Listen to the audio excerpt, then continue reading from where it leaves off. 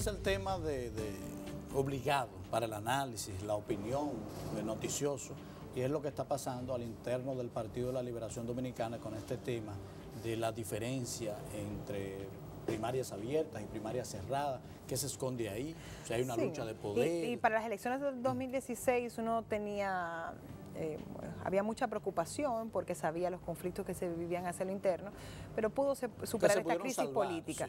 Sí. Sin embargo, para los comicios del 2020 la preocupación aumenta porque entendemos que las tensiones también han ido en aumento y eso es muy delicado. Bueno, tenemos un invitado en el día de hoy que es miembro del Comité Central del Partido de la Liberación Dominicana y que se ha distinguido en los últimos tiempos por hacer declaraciones, poniendo los puntos sobre las IES, diciendo las cosas tal y como el que está afuera lo ve. Exactamente.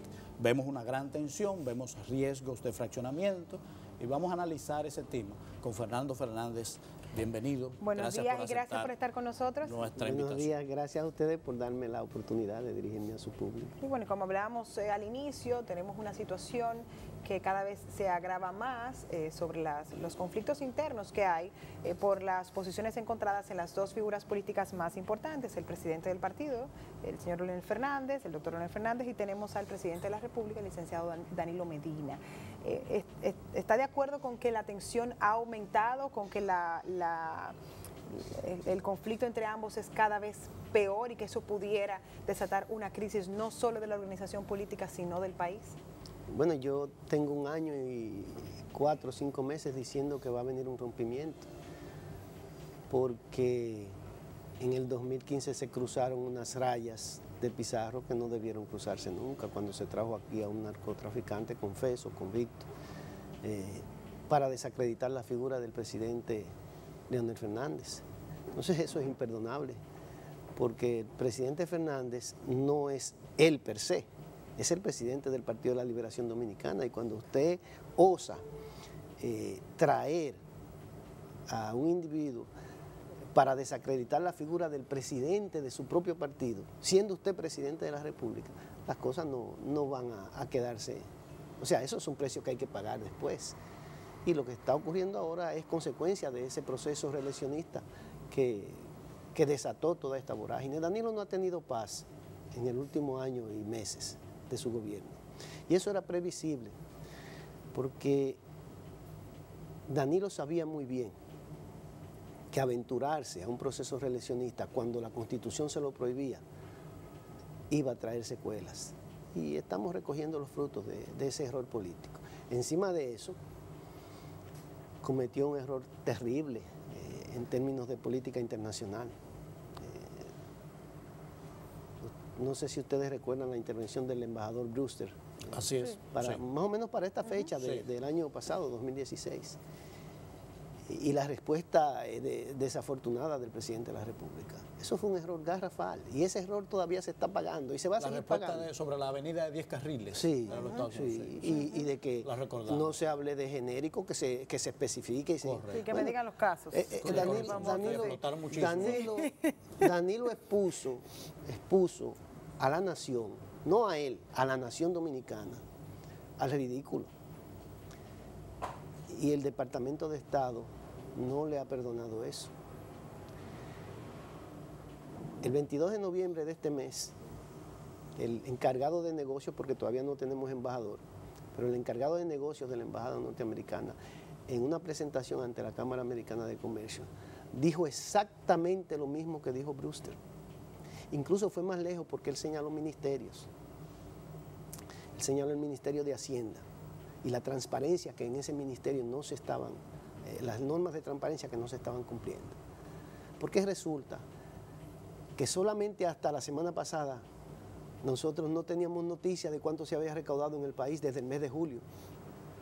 Y eso es inaudito. Sí, no, en este país no se sabía cuánto había crecido la economía en el último trimestre. Y eso es inaudito. Entonces hay situaciones que no son normales dentro del gobierno dominicano. Y ese señor, el Robert Kupler, creo que se llama, encargado de negocios de la Embajada Norteamericana, habló de Odebrecht otra vez. Y eso le dice a usted que el Departamento de Estado, no la Embajada, el Departamento de Estado de los Estados Unidos, no ha olvidado la afrenta. y le va a cobrar caro a Danilo Medina. ¿Cómo responde Danilo? Él no hizo lo mismo que hizo el año pasado, que se exaltó y dijo muchísimas tonterías en la televisión. Se tomó 9 días ahora. Y la respuesta de Danilo Medina fue la juramentación del Comité de Competitividad, que se reunió de inmediato, ¿usted sabe dónde? En el escenario del salón, el salón donde se reúne el Consejo de Gobierno, que no se ha reunido. Ese Consejo de Competitividad se va a reunir todos los meses, supuestamente, con el presidente de la República. Cosa sorprendente, son gente muy ocupadas, los miembros de ese consejo, tienen muchos problemas. Aquí nosotros estamos a la puerta de tener un gobierno paralelo. Danilo Medina ha llegado a una situación de debilidad tal que está cediendo prácticamente lo que el pueblo dominicano le cedió a él, se lo está cediendo a 38 empresarios. Pensando que con eso él amaina la tempestad que le ha venido desde el Departamento de Estado de los Estados Unidos y la presión interna que tiene de la sociedad dominicana. Danilo no va a poder engañar a los 38 empresarios más poderosos de este país, no va a poder engañar al Departamento de Estado, no va a poder engañar otra vez al PLD y no va a poder engañar a la sociedad dominicana más. Danilo está en una situación complicada, políticamente hablando. Pero sin embargo, Fernando, las encuestas indican que el presidente todavía goza de una popularidad que se puede, para los estándares históricos dominicanos, alta para un quinto año. Estamos hablando de un 51%, de acuerdo a la encuesta Gallup última. Sí, la última que yo recuerdo del año pasado tenía 92. Cierto, sí, ha descendido. No, bastante, ha descendido bastante, 92 a 50. Mire, o sea, es mucho. Mire. Pero aún así, como tú dices, es presidenciable. Para el estándar es alto. Claro. Mire, tiene la mitad más sur. Sí. Cuando una nación escoge a un presidente, le pone a su cargo la administración del Estado. Administración del Estado. En el entendido de que ese presidente tiene las cualidades, y su equipo obviamente, para dirigir los destinos del país. Lo que Danilo ha hecho, juramentando ese equipo de 38 empresarios, como comité de competitividad, qué sé yo, es delegar lo que le delegó el pueblo a él, delegárselo a 38 empresarios. Eso algún significado debe tener en la vida política dominicana. Eso es un reconocimiento a la incapacidad ya que tiene este gobierno para manejar la cosa pública.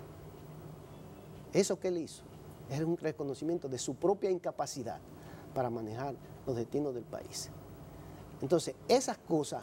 ¿O es una acción táctica política inteligente? Bueno, él cree de asimilarse a la élite económica del país, él cree al liderazgo económico del país para su proyecto político. Él cree eso. Porque todos le aceptaron ser parte de ese decreto y eso tiene un significado. Sí, si a usted le dicen, mire, venga, que usted va a ser medio presidente, usted dice, hoy sí, como no, o sí, como no.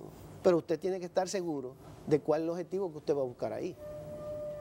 Danilo no va a sobrevivir a lo que le viene. No lo va a hacer. Él podrá resistirse, pero al final va a sucumbir. Y todo apunta a que en ese camino él está dispuesto a llevarse consigo medio país.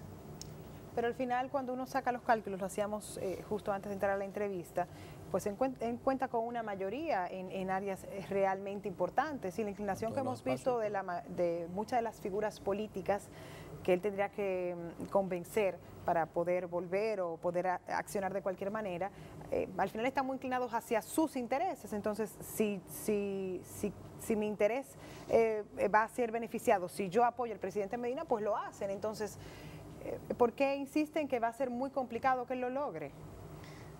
Cuando uno dijo lo mismo en el 2016 y al final fue posible. Porque el esquema mental que él tiene no es un esquema mental de una sociedad moderna.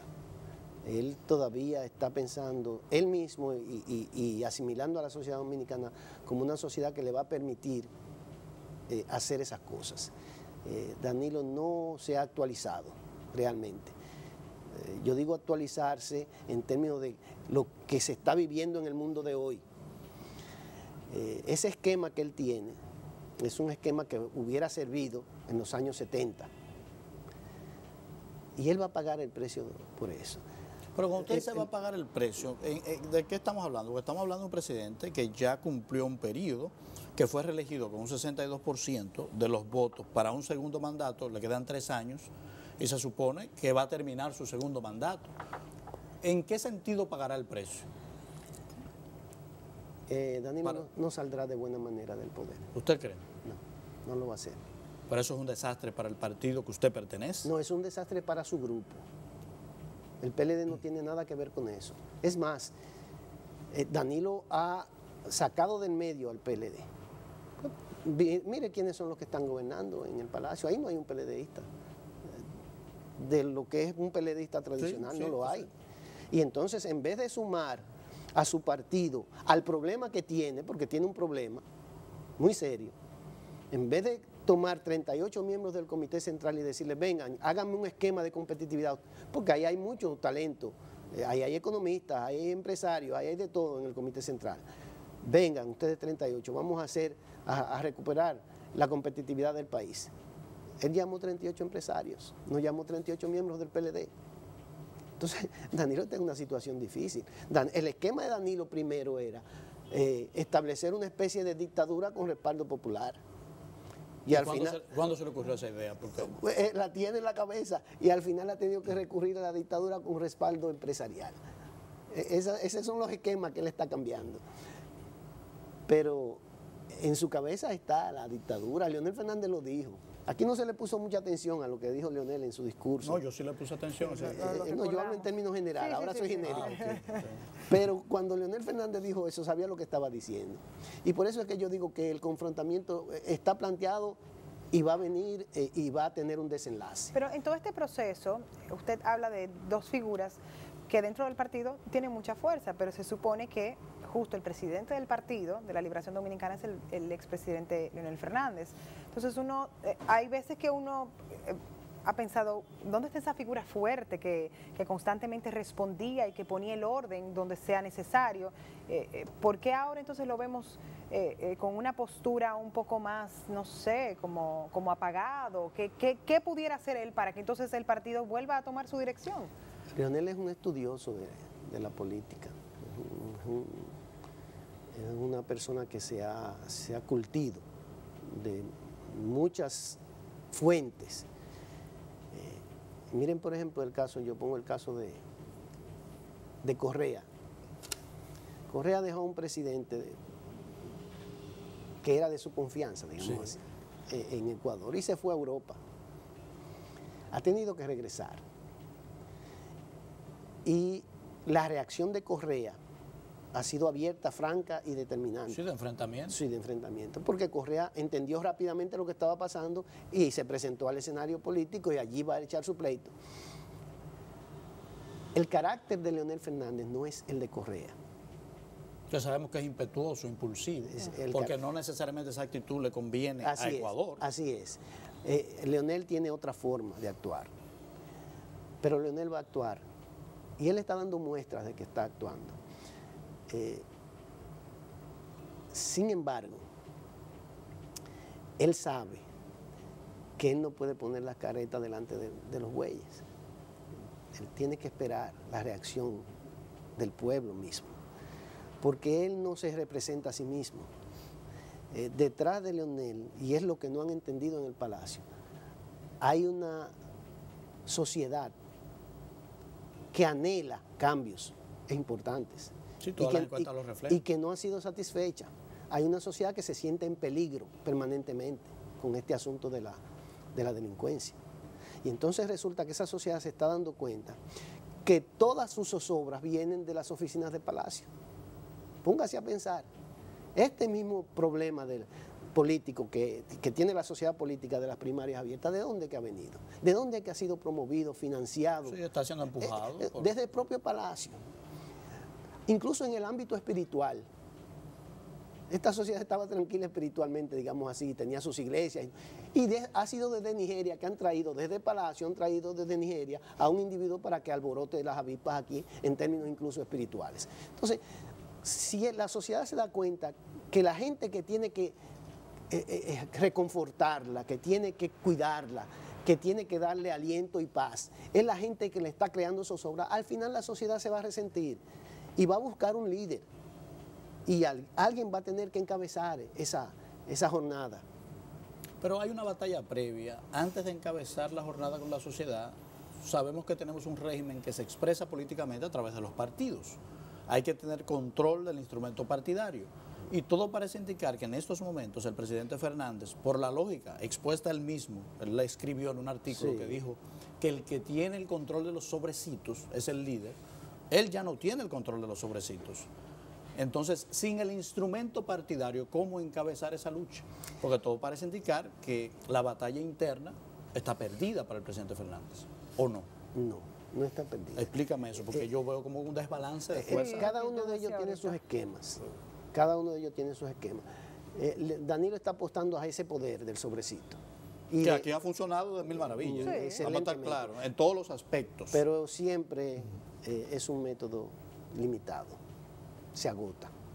Cierto. Y el problema que él tiene ahora mismo es que ese método está agotado, prácticamente agotado. ¿Cuál es el esquema que tiene con sus primarias abiertas? Bueno, hubo una reunión de 25 senadores que también se han sumado a ese esquema. Es del desorden. Si se aprueban las primarias abiertas, Danilo va a crear un desorden nacional. El día que se junten todos los partidos para escoger candidatos, va a haber muertos que usted no se imagina, porque imagínense, había muertos para escoger regidores dentro del PLD, que es supuestamente la organización mejor estructurada y más organizada. Y eso apenas hace 2 años de eso. Cuando todo el mundo tenga la posibilidad de ir a cualquier partido a votar, allí se va a presentar un desorden mayor. Eso yo estoy convencido de eso. ¿Qué va a pasar en ese esquema de desorden? Bueno, dentro del PLD, él tiene asegurado el control porque será el comité político quien tome las decisiones. Y las decisiones van a ser, bueno, se produjo el desorden que él planificó. Lo que vamos a hacer es que, bueno, allí va a repetir fulano, en esta provincia va a repetir fulano, y va a volver a repetir el esquema de reelección por reelección. Esa es la realidad que él tiene para el PLD.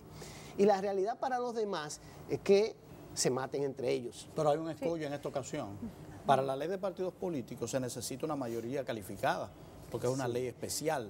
Entonces, la oposición está monolítica en esta ocasión. O sea, no hay flancos débiles, como en el Congreso anterior, que el PRD, más de sus 40 legisladores se brindaron. Bueno, pero muestra de que tienen fuerza es que esta discusión se ha extendido sobre si primarias abiertas a eso o yo me cerradas. refiero cuando el método se agota. Correcto. Por ejemplo, en esta ocasión los números no dan. El método y parece que no hay mercado. Pero la lucha... El método está en el borde del agotamiento. Esa es la realidad. Entonces, la misión de los líderes políticos que encabezan la oposición a ese esquema es despertar a la gente, es motivar a la gente y es decirle a la gente, miren, nosotros estamos aquí y vamos a encabezar esta jornada contra esos planes.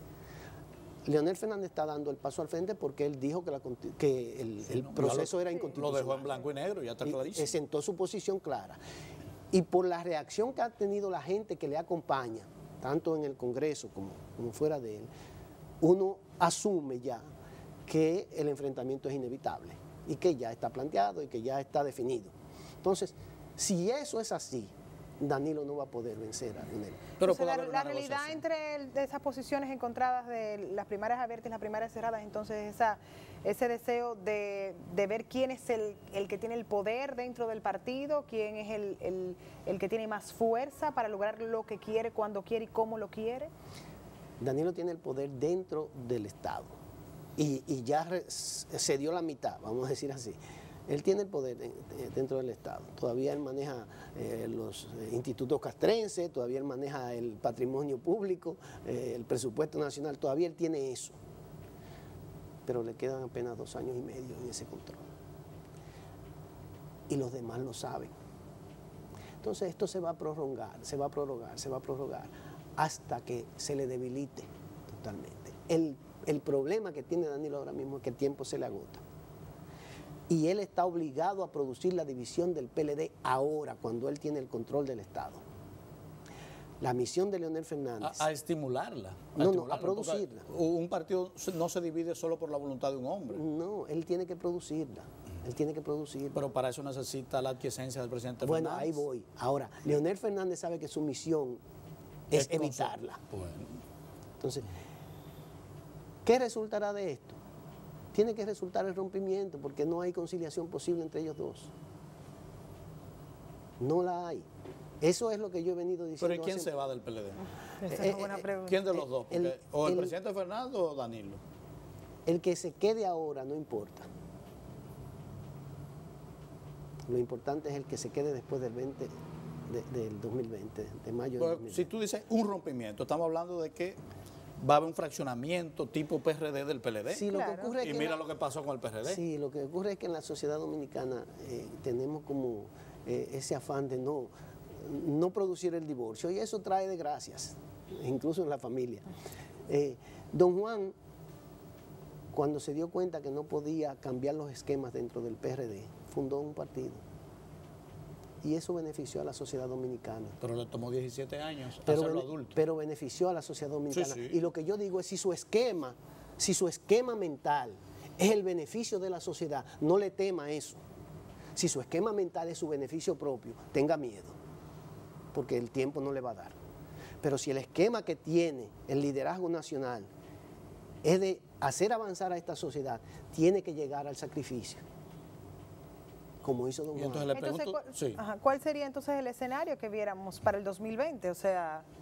Bueno, yo he dicho, claro, si el liderazgo que pretende encabezar la oposición a Danilo Medina tiene como esquema resolverle problemas a la sociedad dominicana, tiene que tener el coraje para llevar esta lucha hasta las últimas consecuencias. Yo le voy a hacer esta pregunta directa. ¿Usted ve al presidente Fernández saliendo del PLD y fundando un nuevo partido político? Yo veo a las fuerzas sociales que lo están empujando a él. Yo veo a esas fuerzas sociales capaces de cualquier cosa. Que le están pidiendo eso. Yo las veo capaces de cualquier cosa. Entonces, va a ser así como ahí te dejo, Danilo, tu PLD. Si él asume el liderazgo de esas fuerzas sociales, él va a tener que hacer el sacrificio. Si él lo rechaza, entonces esas fuerzas sociales se buscarán un líder diferente a él. Ese es el esquema que tiene el... ¿Y cuál sería el destino del presidente Fernández en ese caso? Bueno, el ostracismo. Fuerte. Sí, muy... Fuerte, pero eso es una... Y él lo sabe, Leonel lo sabe, porque Leonel, yo le digo, es un estudioso de la política. Y él analiza todos los flancos y tiene la paciencia para ponerse a eso. Pero yo me pregunto, ¿el momento ideal para hacer eso no era precisamente en el último diferendo? No. Porque dejó fortalecer demasiado a su oponente. Era mejor, como dicen en el campo, a ese hay que matarlo chiquito. Él no iba a ya ser lo dejó entendido. crecer demasiado. Él no iba a ser entendido. Él no iba a ser entendido. ¿Por qué? Bueno, porque primero estaba solo. Iba a estar solo en esa lucha. La fortaleza que tenía Danilo Medina era inigualable. Es cierto, andaba por un 80 y pico %. Y una vez él cediera el terreno y asumiera una actitud de irreverente, el esquema que se tenía para ese día era expulsarlo del PLD, para que usted lo sepa. Y yo no se lo digo porque me lo he inventado. No, tú eres miembro del Comité Central. Le creemos. Y a mí me lo plantearon. Sí. O sea, el esquema era votarlo ese día. Eso no se hizo por la paciencia que le digo que tiene Leonel, que asumió, bueno, pues está bien, quédense con la candidatura. Y vamos a estar claros, era una locura, conducía a la derrota. Era una locura. Porque ahí está la encerrona. Para el PLD, conservar el poder, necesita a Leonel Fernández y a Danilo Medina. El problema es que ya Danilo sin Leonel no es nadie. Sí, pero Leonel sin Danilo tampoco. No, Homero, el problema es que el PLD ya perdió el poder. Es que los PLDistas ya se dieron cuenta que ellos no son gobierno. Cuando usted ve al presidente de la República nombrando 38 empresarios para que le ayuden a gobernar, significa que él no tiene partido, que el PLD él no lo considera su partido. Eso es un mensaje clarísimo. ¿Cómo un partido que tiene 608 miembros en su comité central no dispone de 38 capaces para manejar la competitividad de la nación? Si para eso fue que se le entregó el gobierno al partido. ¿Por qué tiene que buscar 38 empresarios si tiene 600 miembros en su comité central? Entonces, es un mensaje claro de que Danilo no considera al PLD el partido político que le va a ayudar a gobernar. No, Danilo descartó el PLD para siempre. Porque él comprendió en el 2007 que él no es el líder del PLD. Él lo comprendió, él lo entendió eso. Y él lo ha venido asimilando, porque Danilo hace estudios estadísticos toda la semana. Él ha venido asimilando que no ha podido derrotar el liderazgo que tiene Leonel Fernández, incluso desde la presidencia de la República, no ha podido derrotar eso. Entonces, el PLD no es su partido, no lo es. Y ya el PLD sabe eso también. Entonces Danilo está gobernando él y sus amigos, y ahora con 38 empresarios nuevos en el esquema. Con eso no se va a llegar muy lejos, porque Danilo no quiere entender algo que es elemental en política.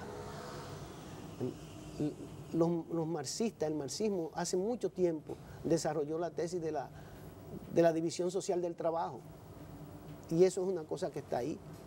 Entonces, los que son empresarios, los que son doctores, los que son médicos, los que son ingenieros, y los que son políticos, son políticos. Y la sociedad decidió que son los políticos y sus partidos los que tienen el tiempo, la dedicación, la vocación para servirle desde el Estado.